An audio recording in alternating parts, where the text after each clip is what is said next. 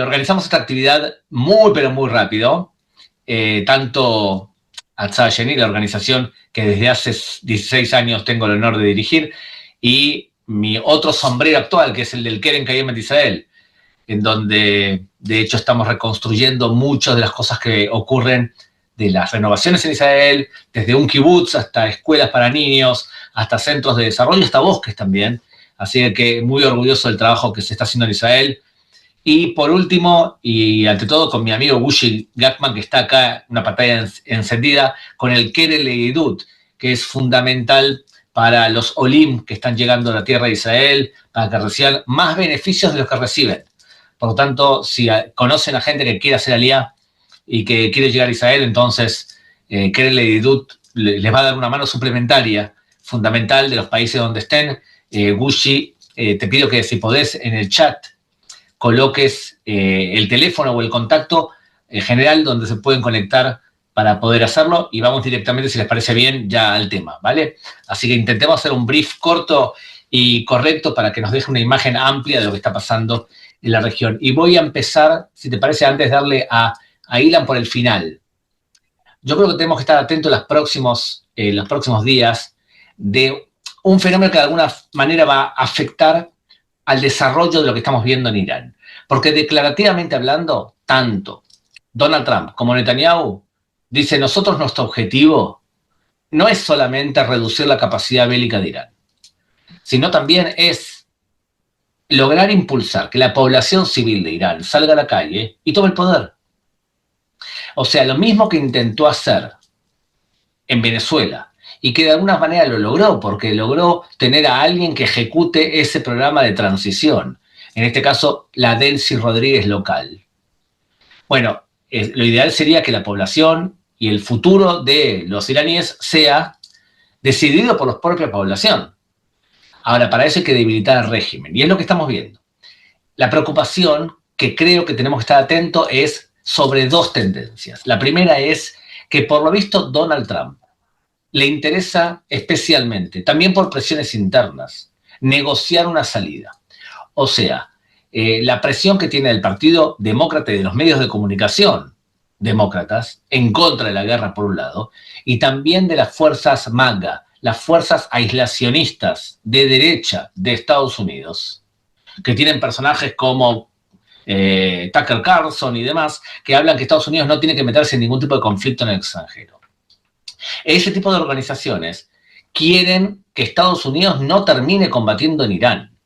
¿Qué estamos buscando allá? ¿O por qué tenemos que intervenir nosotros? El nuevo gobierno en camino que se está levantando en Irán parece que quiere dialogar con Trump. Y Trump acaba de decir que está dispuesto a dialogar. Entonces, la preocupación de alguna manera de los israelíes o de parte de los israelíes es, ok, si quieren dialogar, ¿esto significa que se termina la guerra? Y se termina la guerra, ¿están dispuestos a pararla a cambio de la promesa que va a haber algún tipo de reforma? Porque les recuerdo lo siguiente, Estados Unidos pidió una cantidad de exigencias, que ahora lo vamos a ver. ¿Está dispuesto Donald Trump a parar los combates por ahora para poder acceder a algún tipo de negociación? Y la postura de Israel no es igual a esa. La postura de Israel es, nosotros no le creemos a Irán. Irán ya ha engañado a muchos presidentes y ha engañado claramente a Barack Obama, ha firmado un acuerdo y ha seguido enriqueciendo uranio. Nosotros creemos que Irán, de forma sistemática, les miente a los occidentales. Y por lo tanto nosotros creemos que hay que seguir combatiendo. Entonces puede ser que en los próximos días veamos dos posturas, no digo enfrentadas, pero sí que no son iguales. Que es la israelí, que quiere seguir adelante debilitando al régimen para impulsar una revuelta interna, y la norteamericana, que quizás va a querer seguir negociando o va a quizás salir de esta guerra a través de algún tipo de negociación. El punto clave, yo que creo que tenemos que prestar atención, es Estados Unidos va a negociar mientras que dispara, porque una cosa es negociar mientras que seguís la guerra y otra cosa es acceder a cesar el fuego para negociar. Ese punto creo yo que es fundamental, porque no siempre la política de Israel y de Estados Unidos en este tema es igual. Y entonces, para empezar esta charla, le voy a pedir a Ilan Bushni, director de Basilea, que nos cuente el golpe de entrada, o sea, el golpe de apertura. ¿Qué provocó en las líneas de Irán? En otras palabras, ¿a quiénes mataron? O sea, ¿cómo se debilitó el régimen por el golpe de apertura, especialmente de Israel? Evidentemente, Gaby, si nos guiamos por lo que fue la declaración propiamente de Donald Trump, 48 generales iraníes, 48 altos mandos iraníes fueron eliminados en un solo golpe. Esto es algo sin precedentes, no hay historia reciente ni antigua que en un solo día se descabece de forma tan rápida, tan certera, toda una maquinaria de gobierno y de estrategia militar. Y creo yo que esto también responde a algo parecido que había sucedido cuando fue la guerra con Hezbollah reciente, donde la táctica fue clara. Si evidentemente se elimina la cabeza del oponente y además los altos mandos son eliminados, no quedan generales que tengan conocimiento del campo y de la actividad para poder llevar adelante una respuesta ordenada, táctica, que pueda generar un golpe de efecto contra Israel, Estados Unidos o los aliados en la región. Entonces, no solamente que el golpe de efecto es la eliminación de Ali Khamenei, que es el líder supremo de Irán, sino que las principales figuras como lo son Mohammad Bagheri, que es el jefe de Estado Mayor de las Fuerzas Armadas, Salah Askar, jefe del Departamento de Información de las Fuerzas Quds, Ali Shamkhani, secretario del Consejo Supremo de Seguridad Nacional, Reza Zafar Nia, comandante del cuerpo de Ansar, o por ejemplo también Hussein Aval Amelian, jefe del Estado Mayor de las Fuerzas Quds, e incluso Aziz Nasirzadeh, ministro de Defensa, son algunas de las principales figuras que fueron eliminadas en la primera acción conjunta dividida, pero estratégicamente llevada a cabo entre Israel y Estados Unidos. ¿Y por qué digo dividida? Porque se dividieron por un lado los objetivos militares para los estadounidenses y los objetivos políticos liderados por los israelíes.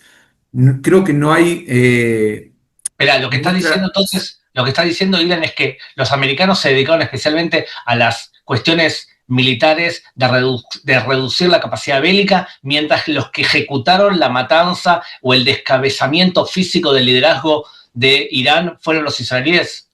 No solamente que lo digo yo, sino que lo afirma propiamente Israel cuando dice el lugar donde estaba Jamenei fue destruido con más de 30 bombas lanzadas por el ejército israelí, como que evidentemente esto que había formado parte de la política de Netanyahu durante muchos años, este deseo de empezar a descabezar el liderazgo de la República Islámica de Irán, finalmente se lleva a cabo, lo demuestran, lo comprueban y de hecho, fíjate Gaby, que me parece algo muy interesante que el primero en dar a conocer la información de que Jamenei había sido eliminado fue Israel. Y mucho tiempo después, o unas horas después, lo hace Estados Unidos. Mucho tiempo después lo termina confirmando la televisión estatal adicta al régimen. Pero acá el mensaje estaba claro, fuimos nosotros los que llevamos adelante. Y de hecho, tenemos más información de los ataques israelíes que propiamente de los estadounidenses en suelo iraní y vamos por más información detallada, cuando desde Israel se vanaglorea y se dice más de 200 aviones de combate en lo que fue la mayor cantidad del despliegue israelí en la historia desde que se creó el moderno Estado de Israel, sobrevolaron Teherán como capital, pero Irán como país para llevar adelante la acción y eliminar a Jamenei y a altos líderes políticos también de la revolución islámica. Muy bien, entonces vamos a lo siguiente a partir de ahora. Voy a ir paso por paso explicando todo el proceso para que tenga lógica y que podamos, a partir de ahora, cuando tengamos información de los medios de comunicación, ir captando más o menos información con un marco teórico. Y cada tanto te voy a ir pidiendo, Ilan, si tenés algo para agregar en el punto que expliqué, ¿vale? Con Y gusto. entonces, primer paso importante. Durante muchas entrevistas dijimos que para mí Irán iba a volver a ser atacada por Israel, ¿verdad?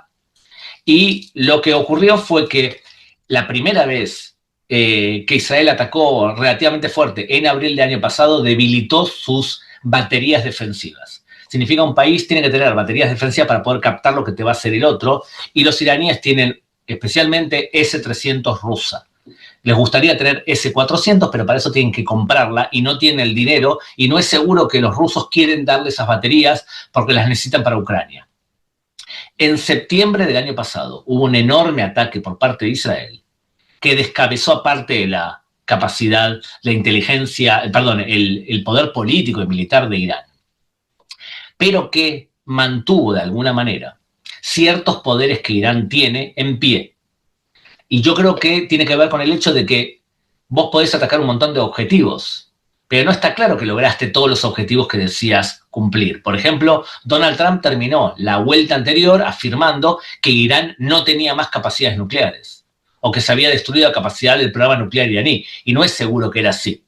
Hoy sabemos que no es seguro que era así, que era un poquito una exageración.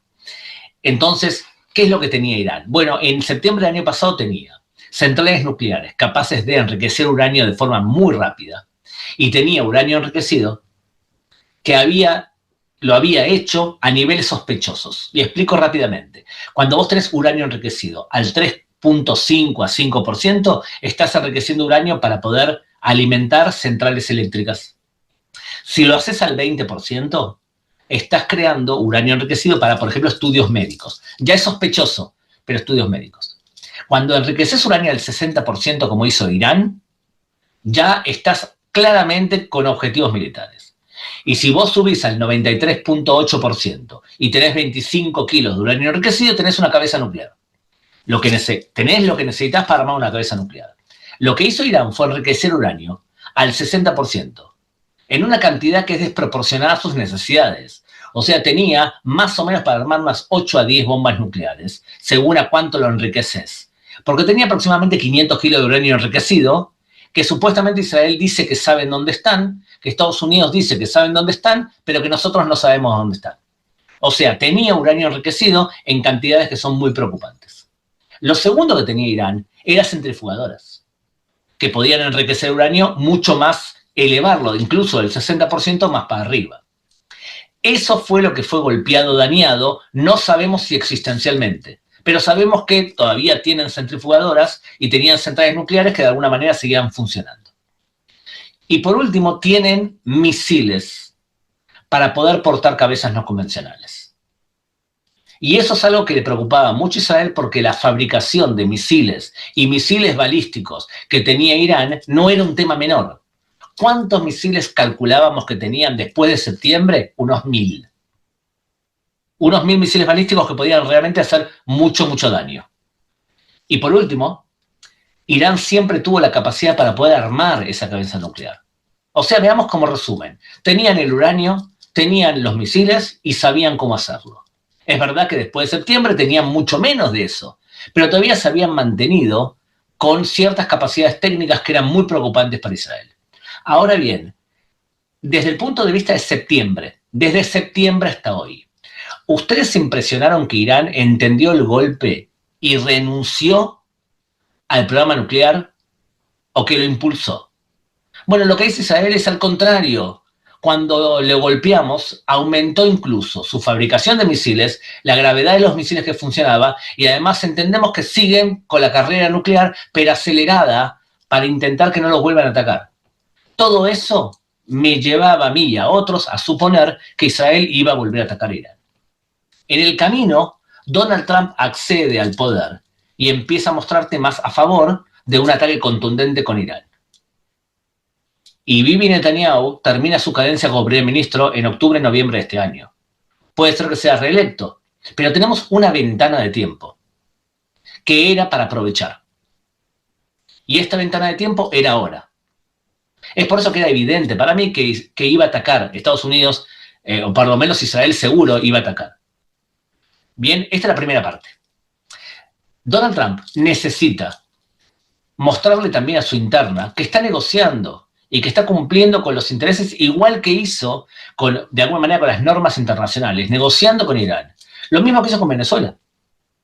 Entonces le propone a Irán un plan que dice lo siguiente: ustedes nos tienen que permitir recibir a nosotros, a un ente que nosotros confiemos, el uranio enriquecido vuestro. O sea, tienen que desarmarse del uranio enriquecido que nos preocupa. 2, ustedes tienen que desarmar las centrales nucleares, y nombró 3, Isfahan, Natanz y demás, que tienen que permitirnos que nosotros actuemos ahí y que controlemos que dejan de enriquecer uranio. Tercero, ustedes tienen que permitirnos que cualquier central nuclear nosotros podamos vigilar. Tienen que además renunciar al programa misilístico, balístico que están haciendo, porque también los misiles balísticos nos llegarían a nosotros. Y además tienen que dejar de matar a la población. Esas son condiciones que Irán no aceptó. Bien, son condiciones que Irán no aceptó. Y se venció el plazo que le había dado Donald Trump para aceptar las condiciones. Primera pregunta que nos hacemos. ¿Las condiciones ahora van a ser renegociadas o el nuevo gobierno de Irán va a aceptar esas condiciones que acabo de decir? Todavía no sabemos. Bien, primera etapa entonces. ¿Cómo llegamos a este ataque que era bastante claro que iba a ocurrir? Por el proceso en donde Irán fue golpeada, fue dañada en septiembre, y este proceso lo que provocó fue un envalentonamiento de los manifestantes que salieron a la calle, que encima cuentan con el antecedente Maduro, en donde Estados Unidos lo saca con una pinza a Maduro y cambia la realidad de Venezuela de alguna manera, y crea un proceso en donde Delcy Rodríguez se transforma en la ejecutante de un proceso de paso del poder, si Dios quiere, entre lo que era el gobierno anterior y lo que va a ser un gobierno nuevo, en donde ella misma, como dentro del gobierno, cede ante la presión de Estados Unidos.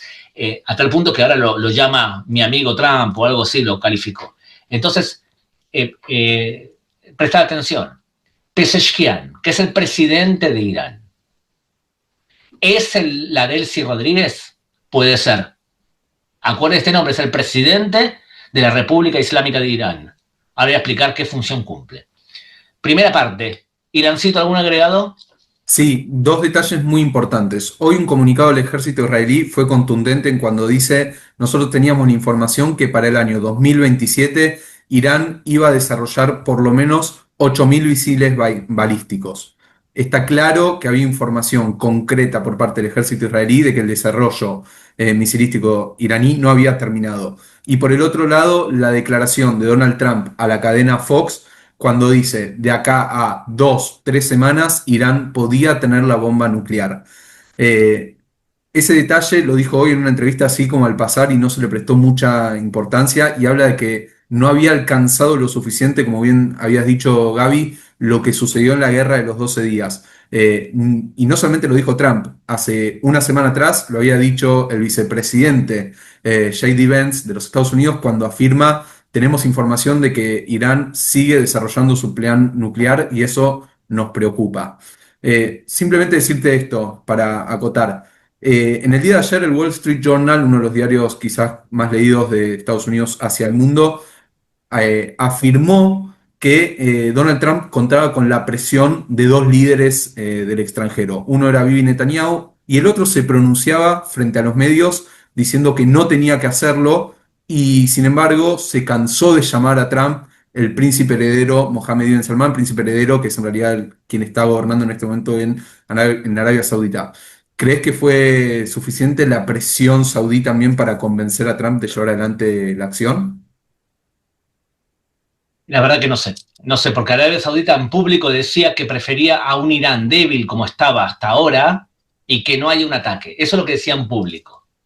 Sin embargo, ahora vemos que el apoyo a Estados Unidos de alguna manera es total y claro, porque además ellos también fueron atacados. ¿Ok? Muy bien. Vamos a la segunda etapa. Expliquemos algunas cosas importantes sobre Irán.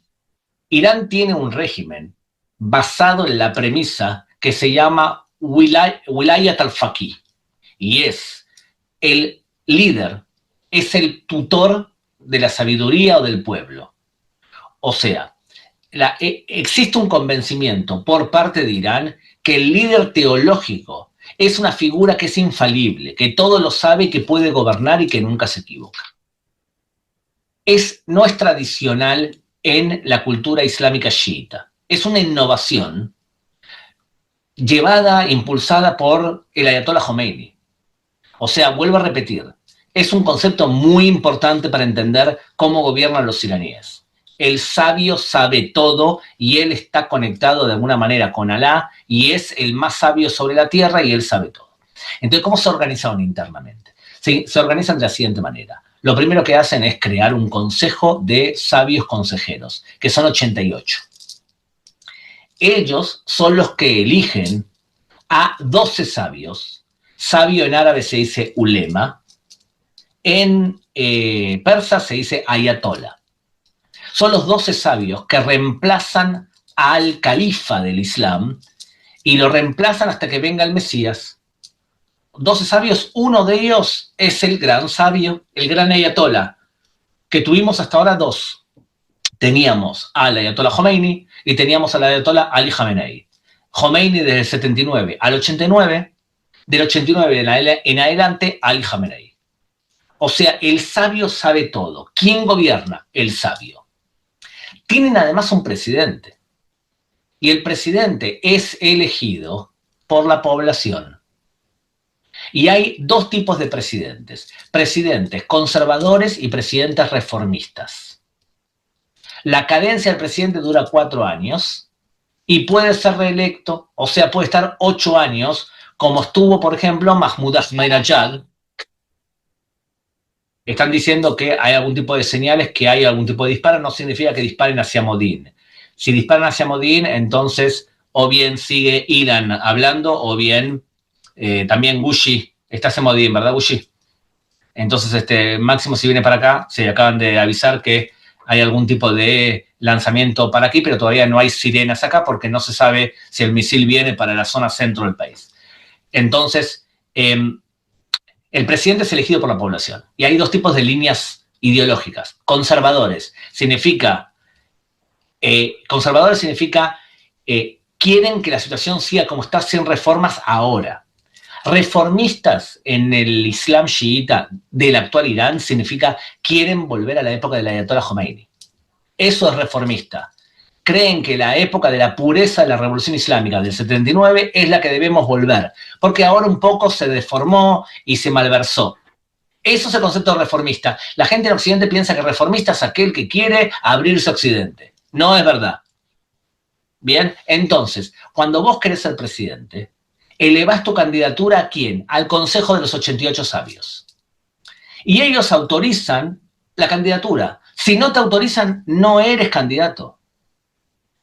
La vez pasada aceptaron la candidatura de un candidato a presidente, Ibrahim Raisi, que era conservador y era de la línea super ultra dura, como por ejemplo Mahmoud Ahmadinejad. Bien, Raisi se murió en un accidente de helicóptero por mal mantenimiento. Ahora bien, el que tenemos ahora, Mahmoud Pezeshkian, es reformista. Significa, es más abierto, quiere realmente volver a épocas más puras de la revolución y además es médico. Él es científico y entiende bien que hay un problema económico serio que él no lo puede resolver. Bien, él puede ser durante 8 años presidente y acaba de ser nombrado el año pasado.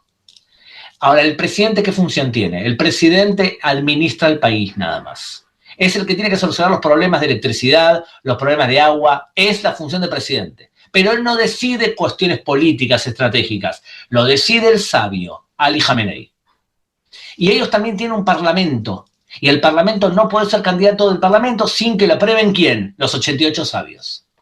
Por lo tanto, es una democracia que no es democracia. Hay elecciones, pero no hay democracia. Los 88 sabios es el grupo que decide quién sí y quién no, y los 88 sabios hacen, en este caso, lo que hace Ali Khamenei. ¿Me entendieron el sistema? Es un sistema en donde el sabio gobierna. Ahora bien, este sabio, Ali Khamenei, él llegó al poder en el 89 y cuando le proponen ser el líder, la respuesta de él en un discurso es: yo no soy persona capaz de poder hacerlo. Yo no puedo ser líder. No tengo las condiciones porque para ser ayatollah tú tienes que haber escrito libros doctrinales. Entonces, por lo visto, les escribieron varios libros, ChatGPT de la época, que eran asistentes de él, y empezó a escribir libros doctrinales y publicaba un libro cada año para tener el estatus de ayatollah, o sea, de líder religioso que la gente lo escucha. Lo que sería un gran rabino, que escribió textos para poder ser considerado legítimo. Entonces, él es elegido Y lo que ocurre es que el presidente de ese momento era el verdadero líder del país. Su nombre era Rafsanjani. Y Rafsanjani estaba convencido que iba a cambiar el sistema y el que iba a gobernar iba a ser el presidente. Mientras que el ayatollah iba a ser una figura protocolar. Lo que pasó fue que Ali Khamenei se lo comió a Rafsanjani.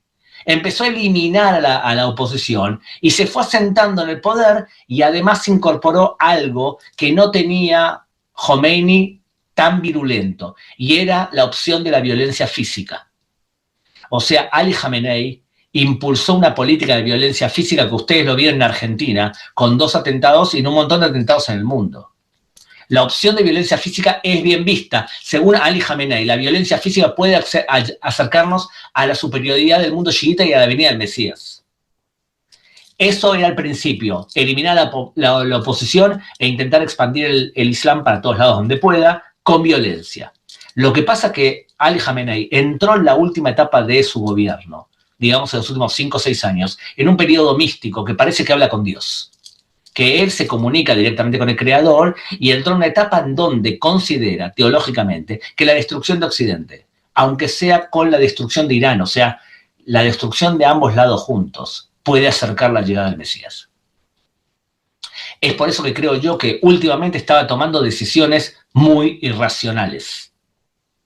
Muy irracionales. No acceder a negociar con Estados Unidos cuando Estados Unidos te dice claramente que te va a atacar, y no es muy racional. Atacar hoy en día a los países árabes de alrededor, incluso a Chipre, no es muy racional. O sea, el nivel de racionalidad del gobierno de Ali Khamenei no destacaba por su racionalidad. Y él se rodeaba con gente parecida. Entonces tenemos esa situación.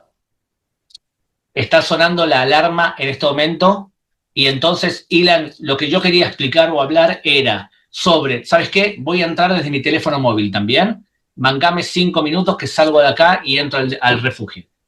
Iba a hablar Dale. sobre los problemas económicos que tenía Irán para permitir que la oposición se largue a la calle, ¿ok? Dale. Dale, perfecto. Igual si querés para contarles a todos los que nos acompañen del otro lado, vos anda tranquilo con el teléfono. Para mí sirve para acotar y poder contarles a todos los que no saben que, por ejemplo, en inicios de enero, $1 equivalía más o menos a 42.000 riales iraníes, que es la moneda iraní, y hoy estamos hablando de que $1 estadounidense equivale por lo menos a más de 1.100.000 riales. En una cuestión de, estamos hablando de poco más de 30 y 40 y 50 días, la moneda se vio claramente devaluada. Y esto también responde a por qué empezaron las protestas en Irán. Así como lo había sido en aquel entonces con la venida del Ayatollah Ruhollah Khomeini, hoy en día, o mejor dicho, desde enero, el Gran Bazar de Teherán, el Gran Bazar en Irán, fue el termómetro donde la gente expresó su descontento desde lo económico con lo que estaba sucediendo, pidiendo un cambio de rumbo al régimen actual. Eso devino también en lo que fue la protesta social liderada ampliamente por las mujeres y que después devino en este pedido de libertad masivo que fue duramente golpeado, cuyos números oficiales son difíciles de conocer. Las estimaciones, por ejemplo, que dio a conocer Donald Trump hablan de 32.000 por lo menos asesinados. Hay otros que están hablando de más de 60.000 y hablan de la crudeza, la dureza con la que el régimen está reprimiendo a su propia población. Quizás los que somos argentinos podemos entender cuando se habla de terrorismo de Estado, literalmente el ejército en las calles masacrando a su propia población, yendo puerta por puerta incluso a quienes habían accedido al Internet satelital, este Internet que provee Elon Musk. Quienes tenían ese internet en sus casas fueron brutalmente perseguidos y, bueno, muchos de ellos también ejecutados. Está pidiendo Gaby desde su celular si se le puede Sí, ya permitir la abrí, el ya la abrí, ya la micrófono. abrí. Perfecto. Gaby, no sé si estás ahí, si nos estás escuchando. Creo que está sin imagen. Esto es hacer televisión en vivo. Después no pueden decir que esto está grabado, esto es hacer televisión en vivo y estar chequeando las alertas todo el tiempo.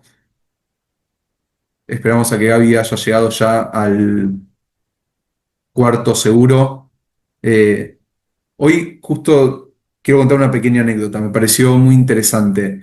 Eh, Qué paradójico que desde los años 80 en Israel la construcción de las casas, de los edificios, tienen que contar con un cuarto seguro y en Irán quienes cuentan con refugios y búnkers antibombas es el liderazgo. Son todas las figuras que fueron eliminadas últimamente. Ahí se ve también quién está potencialmente en riesgo su existencia, qué pueblo tiene su existencia en riesgo. Sigue escribiendo Gaby del otro lado. No Sí, aquí sé, está. Anabela, si se le puede No sé, activar. no sé cómo. Ya lo estoy buscando. Ah, ya lo encontré. Está con otro nombre. Está como Atzada Shaini. Sí, sí, ya lo vi. Listo. Ok, A ver si ahora bárbaro. Acá sí. estoy. Gracias, gracias, Anita. Muy bien. Entonces, ¿sigo, Ilancito?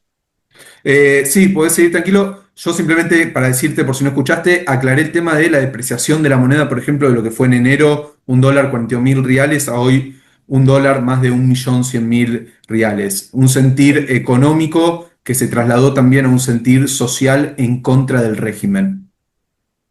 Exacto, exacto. Miren, se acumula una cantidad de problemas económicos para Irán. El primer problema grave es que no tienen agua. O sea, Teherán es una ciudad que tiene capacidad para poder acoger a 1 millón de personas y sin embargo tiene 10 millones de personas. Y no tiene el agua porque está alejado de los lugares donde hay agua y tiene, sin embargo, un acuífero, pero le quitan tanta agua, le toman tanta agua al acuífero, que se ha creado una situación en donde tienen bolanim, o sea, tienen pozos, se llaman, ¿cómo se llama cuando hay un derrumbe de tierra? Eh, entonces, lo que ocurre, ¿Deslizamiento?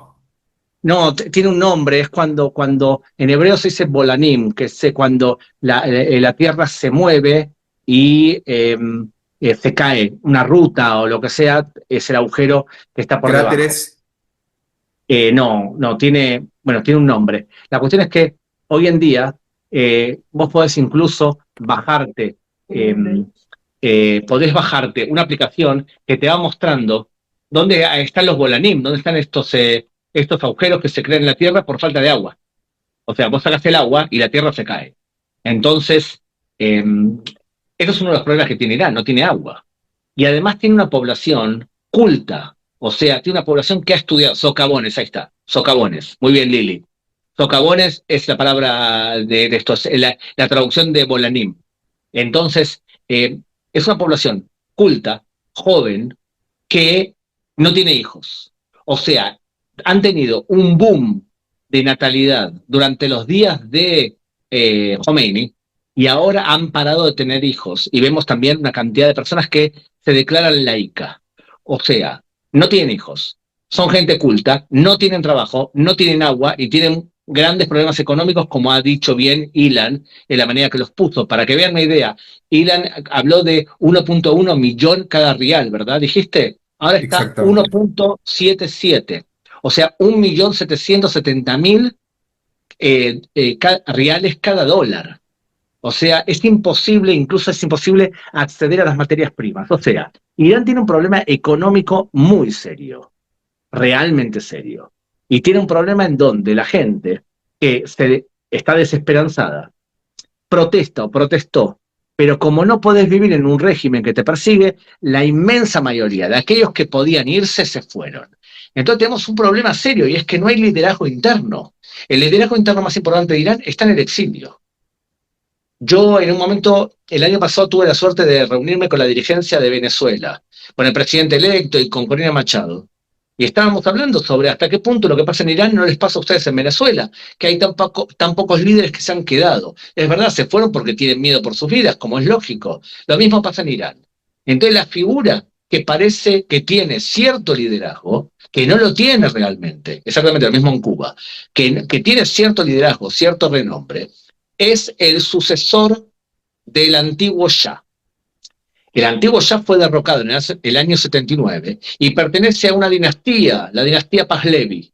Esta dinastía quiso imponer muchas reformas dentro de Irán, y era muy corrupta además. Quiso imponer reformas para volver a ser los descendientes de Ciro de Persia. Y estas reformas calaron hondo y bien en la población de las capitales, y no en las periferias. Y las periferias eran mucho más religiosas. Y las periferias y los religiosos se opusieron a las reformas pro-occidentales, principalmente porque hay un trauma dentro de Irán. Y el trauma se conoce con la palabra persa nufuz. Nufuz significa la intervención extranjera. Aquellos que vienen de afuera y nos quieren quitar las riquezas naturales. Esto comenzó principalmente en el año 1906, cuando el Shah antiguo de la dinastía anterior le dio los derechos de explotación del tabaco, ya que todo el mundo fumaba tabaco, a los ingleses. Y los clérigos que se opusieron a esto llamaron un boicot y dijeron, todo el tiempo que el tabaco está en manos de los extranjeros, nadie puede fumar. ¿Y saben qué? La gente no dejó de fumar. Se le hizo un boicot a tal punto que los ingleses tuvieron que ceder. Eso fue lo que pasó, y desde entonces tienen nufusfobia, o sea, fobia a la intervención extranjera. Muy bien, las reformas del Shah eran vistas como nufuz. Entonces terminó cayendo por la presión interna, y el golpe de Estado que se le dio en el 79 fue un golpe de Estado en donde los clérigos lo lideraban, pero estaban también los comunistas y también los liberales y los laicos. Cuando empezó el golpe, se los comieron los radicales islámicos, expulsaron y mataron a la oposición comunista, lo mismo a los liberales, y se quedaron ellos en el poder. Cosa que nos gusta porque es un patrón que regresa todo el tiempo, y es así. Parte de la izquierda en el mundo apoya a los radicales islámicos porque están convencidos que que juntos van a destruir a Occidente, a las normas del capitalismo, y después ellos, que se creen muy sabios, van a imponer su verdad y van a derrotar a los radicales islámicos, sin entender que los radicales islámicos están mucho más convencidos que ellos, tienen más hijos y son más violentos. Entonces, que una mina como Irene Montero en España crea que, bueno, van a colaborar con los radicales islámicos porque después ellos van a poder dominar a esta gente, bueno, es un poco bastante inocente. Los radicales islámicos son más violentos y se suelen terminar imponiendo. Y así ocurrió también en Irán. O sea que llegamos nosotros a que la figura más prominente es vista el hijo del Shah de Irán, que no vive en Irán. Ojo, no es vista como una figura que puede gobernar. Es vista como una figura que nos une, una especie de presidente de Israel o una persona como si fuese el rey de España. Pero no tenemos un liderazgo claro, y tenemos un liderazgo en el exilio. Entonces, fíjense, llegamos a esto con protestas por problemas económicos, un gobierno que no sabe trabajar ni actuar y que está sancionado. Y como está sancionado, no puede ni siquiera comprar partes para poder arreglar un helicóptero, y el helicóptero se termina accidentando, matando al presidente. Entonces, ese es el marco interno dentro de Irán. Falta de liderazgo, falta de hijos, un proceso de laicidad, una persecución a las mujeres, problemas económicos terribles. Así llega el régimen a estos días. Irán, ¿querés agregar algo? Sí, y esto se ve claramente, si bien toda comparación es injusta y odiosa, con lo que pasa en Venezuela. Una cosa es la capacidad de gobernar y otra cosa es el clamor y el apoyo popular. Y acá queda claro. Lo mismo pasó con María Corina Machado, quien tiene el apoyo popular, pero desde la visión de Trump no tenía la capacidad de gobernar, de dar órdenes al ejército, a los diferentes estamentos del Estado, y que ella pueda llevar adelante el nuevo gobierno en Venezuela, y por eso puso a Delcy Rodríguez, que responde al régimen de Nicolás Maduro. Y acá en Irán estamos viendo lo mismo. El apoyo popular, el régimen no lo tiene. Gabriel, vos lo has dicho más de una vez, que las encuestas serias demuestran que si hay elecciones libres de verdad, el régimen pierde 70-30 u 80-20.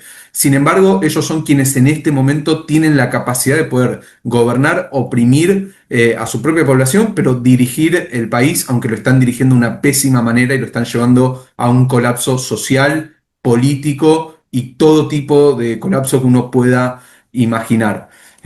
La pregunta es imposible de responder, me parece, pero digo, ¿cómo llegamos de el hijo del Shah que está viviendo en Estados Unidos a que pueda asumir su lugar en Irán? Esa es la pregunta del millón que todos nos estamos haciendo, y que imagino que vos, como buen internacionalista, tenés la pelota de cristal y vas a decir, se puede hacer de esta manera. No, la verdad que no la tengo. No la tengo, y si te parece, en este sentido pasamos a la última fase, y es, ¿qué pasó entonces desde el ataque? Lo que pasó fue que Israel y Estados Unidos coordinan un ataque muy potente en donde Estados Unidos, como bien dijo Ilan al principio, ataca ciertas capacidades bélicas de Irán y se divide en el mapa. Creo que Israel atacó claramente Teherán y el resto de varios lugares fue atacado por Estados Unidos, y la misión de descabezar a Irán la asumió Israel, que tiene más experiencia en ese tema y más penetrabilidad dentro de Irán. Un golpe muy fuerte de apertura, en donde en el primer minuto de la guerra matan a más de 40 líderes de Irán. Ahora, la respuesta de Irán es primero hacen eso, y segundo, el ataque también conlleva un ataque a los misiles tierra-tierra. O sea, atacar esas lanzaderas de misiles con una superioridad aérea total. Hoy Estados Unidos e Israel dominan totalmente el cielo de Irán. Cosa que es algo muy importante, porque uno de los problemas que está teniendo Irán ahora es que para poder disparar sus misiles necesitan moverse y sacarlos a la superficie. Y muchas veces lo que está ocurriendo es que salen e Israel o Estados Unidos los atacan, y por eso tenemos videos de esos movimientos en donde son atacados cuando están preparando el disparo. Cuando están preparando el disparo, nosotros recibimos un aviso en el teléfono que puede haber un movimiento que termine en disparo. Lo que ha ocurrido es que Irán parece que tiene menos capacidad misilística de lo que tenía en septiembre. Menos capacidad misilística. ¿Qué dice Galit? Ok, acaba de terminar ese lanzamiento, vieron que sonó la alarma y en ese momento ya terminó, y acaba de decirme mi hija que está acá al lado mío, que se terminó el disparo ven en el teléfono móvil, nos dice que terminó el disparo de cohetes y de misiles que estaba programado, por lo visto no debe haber llegado al Estado de Israel. Te agrego la información, Gaby, te agrego la información de último momento, pues lo estuve leyendo recién de un periodista israelí, Amit Segal, que afirma que por lo menos un impacto se dio en una carretera en Jerusalén, hay 5 heridos, todavía la gravedad no se sabe, sí que Maguen David Adom está en camino, pero no se reporta nada más que eso hasta este momento. Ok, Humberto dice que hay heridos en la carretera número 1, ¿está bien? Porque dispararon para la zona de Jerusalén. La carretera 1 es la carretera que une Tel Aviv con Jerusalén. O sea que cayó, no debe haber caído cerca de mi casa, por eso no escuchamos ningún ruido, pero sí cayó, ¿ok? Entonces, de todas formas, si lo comparamos con septiembre del año pasado, en septiembre del año pasado lo que nosotros teníamos era un disparo de unos 30 cohetes y misiles a la vez por cada lanzamiento. Es lo que nosotros estábamos viendo. Voy a pasar un segundito a la otra computadora. Ok.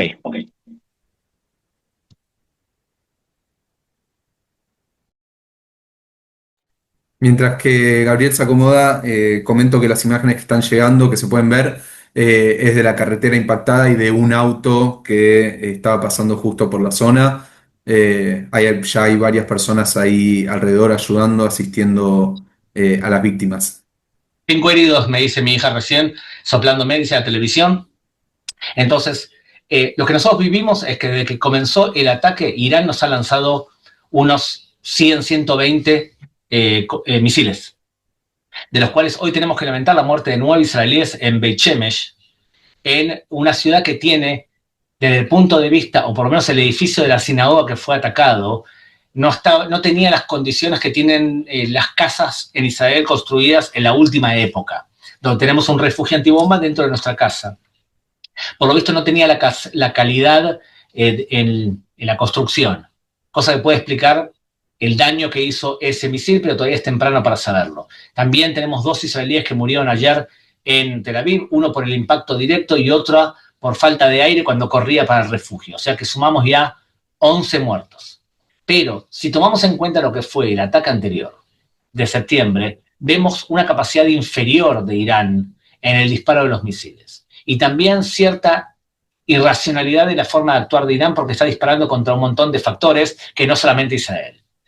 Si nos guiamos por eso, podemos deducir que o bien que están manteniendo una política de guardarse los misiles para dispararnos durante mucho tiempo, para volvernos locos durante mucho tiempo, o bien que no tienen la capacidad que tenían antes y que las acciones de apertura de Israel les dañaron la cantidad de misiles.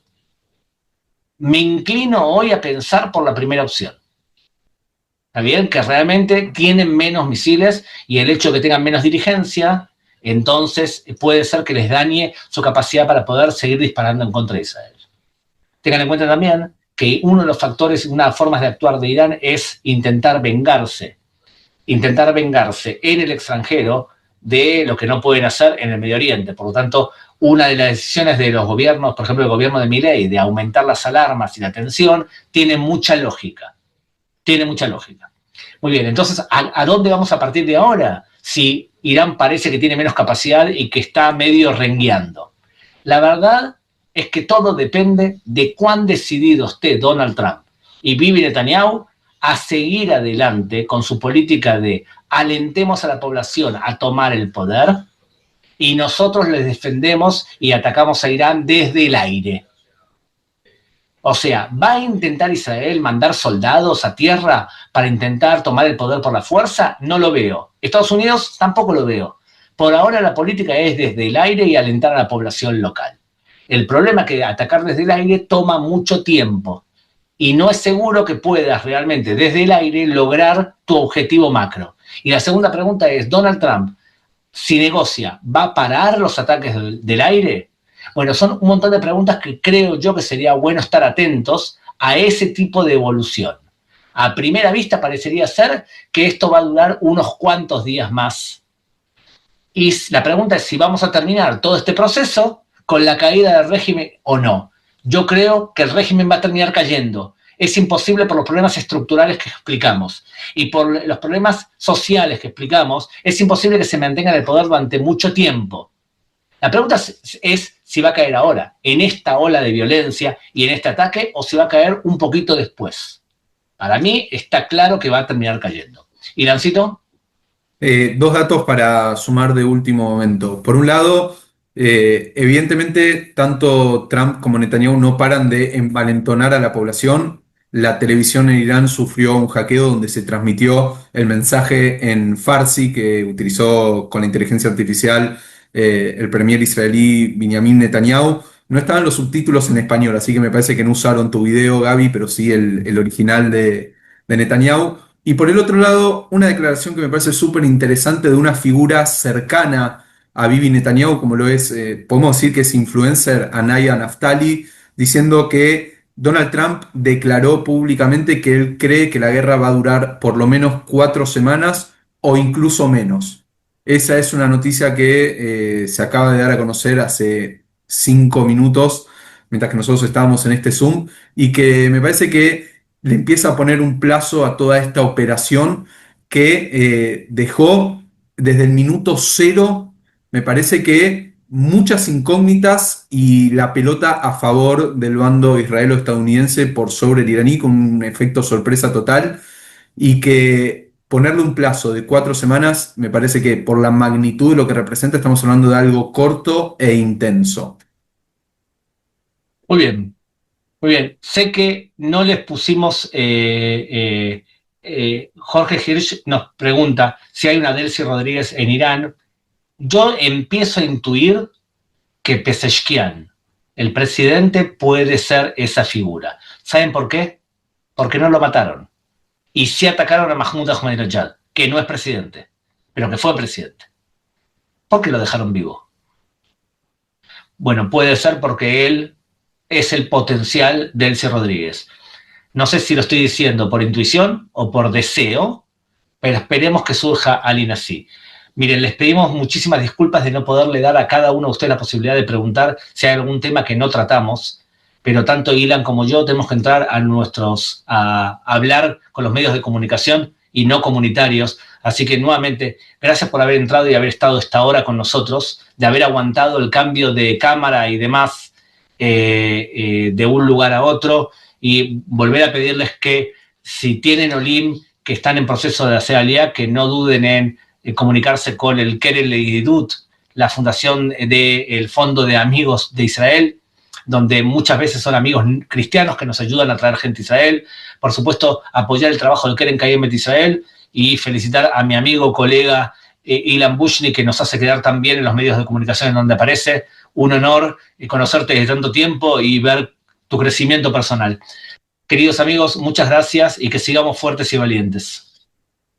Un gran abrazo a todos, gracias y nos vemos pronto, donde sea, nos vamos a seguir. Perdón, y gracias a Anabela de la Agencia Judía para Israel y de la Organización Sionista Mundial que nos facilitó el Zoom, porque como llegamos a 300 personas, el nuestro no tenía tanta capacidad. Enseguida Anabela de Atzar Sheni y de la Organización Sionista Mundial nos dio una mano, así que un beso enorme a ella y nada, todo bien, que sigamos fuertes.